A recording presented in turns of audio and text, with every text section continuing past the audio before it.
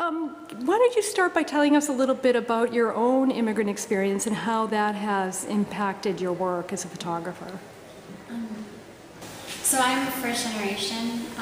My parents are both from Mexico. My mom was a single parent though, and I think that what it is that it predisposes me to finding issues of identity in immigration really interesting, and because I'm so familiar with my mom's process of becoming more Americanized and my own very deliberate process of creating this very Anglo personality that I thought was,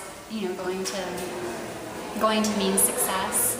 It allows, they know that I'm coming from a similar background, and I'm able to empathize with the different struggles that they're having, whether it's intellectual or economical, and embarrassment that they may feel because they're living in certain conditions, and to reassure them that, to be able to tell them, my grandfather's house is made out of dirt, didn't have windows. Like, don't worry, you don't have to impress me.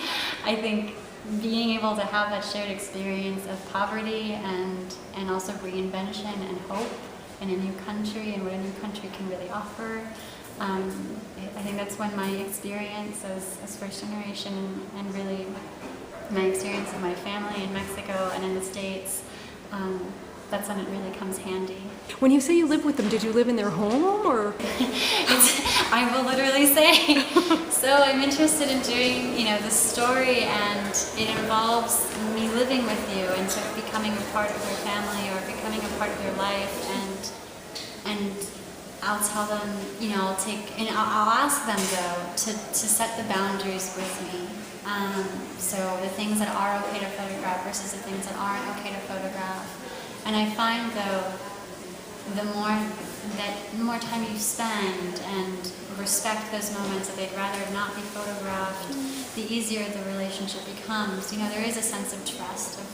They begin to trust when I'm going to lift my camera and when I'm not going to lift it, and count on that. And that allows them to be more open and generous with the moments that they let me share with them. Oh.